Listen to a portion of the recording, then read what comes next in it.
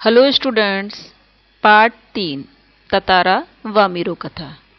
पिछले वीडियो में हमने पढ़ा कि ततारा पासा गांव का एक बहुत ही सुंदर युवक था, बहुत ही साहसी युवक था। वह सदैव दूसरों की सहायता के लिए तत्पर रहता था। एक दिन शाम को मेहनत करने के बाद जब वह समुद्र के किनारे गया तो वहां पर उसने देखा कि कोई लड़की गाना गा रही थी। उसका गाना इतना अच्छा था, इतना आकर्षक और सुंदर था। ततारा उसे देखे जा रहा था और उसके गाने को सुना जा रहा था। वह गीत एक श्रृंगार गीत था। उसे ज्ञात जो वामिरो थी वह गाना गा रही थी, उसे पता ही नहीं था कि कोई उसे देख रहा है।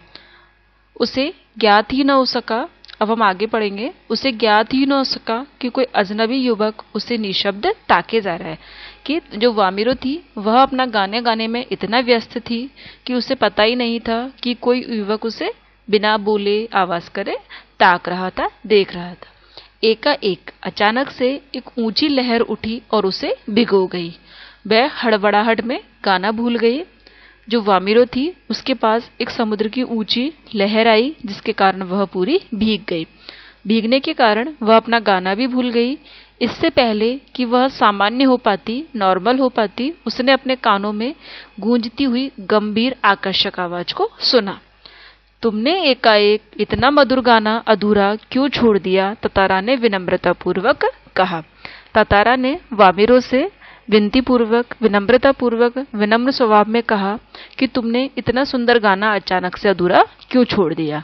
अपने सामने एक सुंदर युवक को देखकर वह आश्चर्यचकित हुई।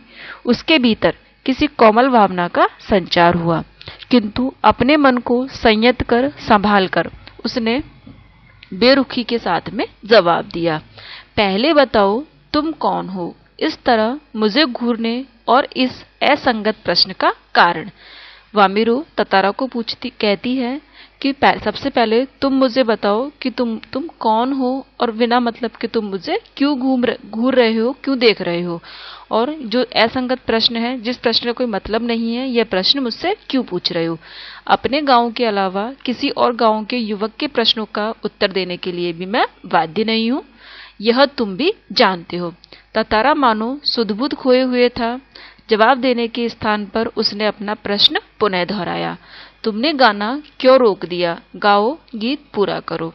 सचमुच तुमने बहुत ही सुरीला कंठ पाया है, तुम्हारी आवाज बहुत ही अच्छी है। यह तो मेरे प्रश्न का उत्तर नहीं हुआ, युवती ने कहा। सच बताओ तुम कौन हो? लपाती गांव में तुम्हें पहले कभी नहीं देखा। ततारा मानो सम्मोहित था, उसे कुछ भी होश नहीं था। उसके कानों में युवती की आवाज ठीक से पहुंच नहीं सकी। उसने पुनः विनय की, फिर से विनती की, तुमने गाना क्यों रोक दिया? गाओ ना। तो जो युवती थी वामिरो, वह झुंझला उठी, गुस्से से झुंझला गई। वह कुछ और सोचने लगी।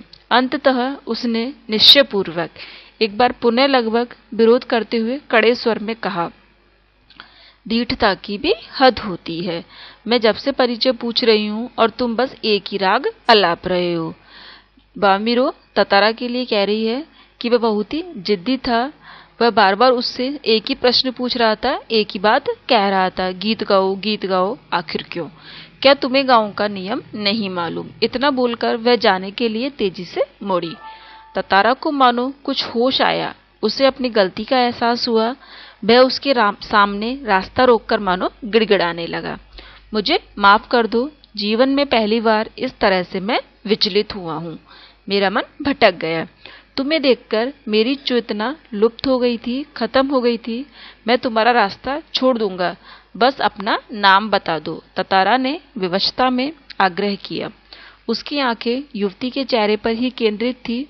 उसके चेहरे पर सच्ची विनम्रता थी, सच्ची विनय थी।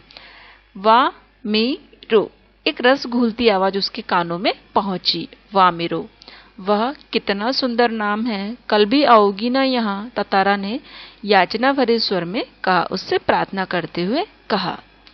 नहीं, शायद कभी नहीं। वामिरो ने अन्य मनस्कता पूर्वक मतलब जिसका मन कहीं और हो।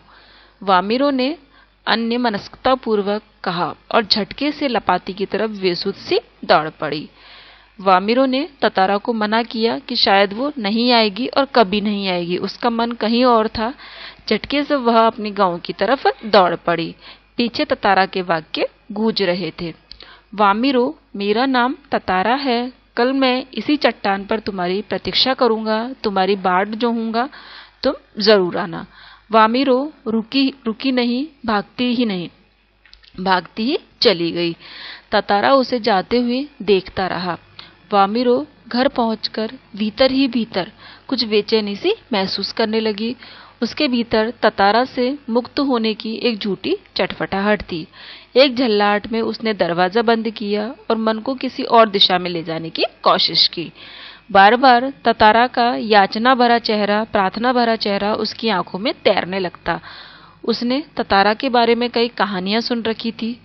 उसकी कल्पना में वह एक बहुत ही अद्भुत और साहसी युवक था, किंतु वही ततारा उसके सम्मुख एक अलग रूप में आया।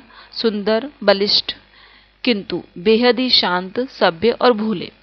उसका व्यक्तित्व कदाचित वैसा ही था जैसा वह अपने जीवन साथी के बारे में सोचती रहती थी, किंतु एक दूसरे गांव के युवक के साथ यह संबंध परंपरा के विरुद्ध था। वहाँ जो गांव थे उनमें आपस में नियम था कि सिर्फ शादी विवाह के जो संबंध है सिर्फ एक ही गांव के लोगों में हो सकते, दूसरे गांव के लोगों से नहीं हो सकते। इसलिए वामिरो ने सोचा कि यह तो परंपरा के विरुद्ध है, अतएव उसने ततारा को भूल जाना ही श्रेष्ठ समझा। किंतु उसे यह असंभव जान पड़ा। ततारा बार बार उसकी आंखों के सामने था, निर्निमेष याचक की तरह प्रतीक्षा में डूबा हुआ। निर्निमेष यानी बिना पलक झपकाए। किसी तरह रात बीती। दोनों के हृदय व्यथित थे, व्याकुल थे। किसी तरह आंच रहित एक ठंडा और उबाऊ दिन गुजरने लगा।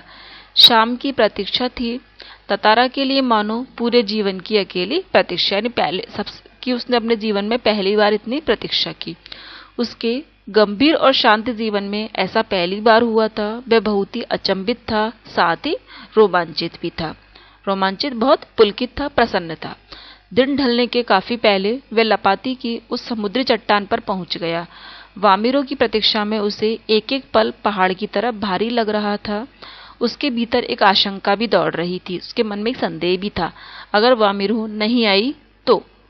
वह कुछ निर्णय नहीं कर पा रहा था, सिर्फ प्रतीक्षा कर रहा था। बस आस की एक किरण थी जो समुद्र की उस देह पर डूबती किरणों के साथ कभी भी डूब सकती थी। बार बार वह लपाती के रास्ते पर नजरें दौड़ाता। सहसा नारियल के झुंडों में से उसे एक आकृति कुछ साफ हुई। कुछ और। उसकी खुशी का ठिकाना नहीं रहा।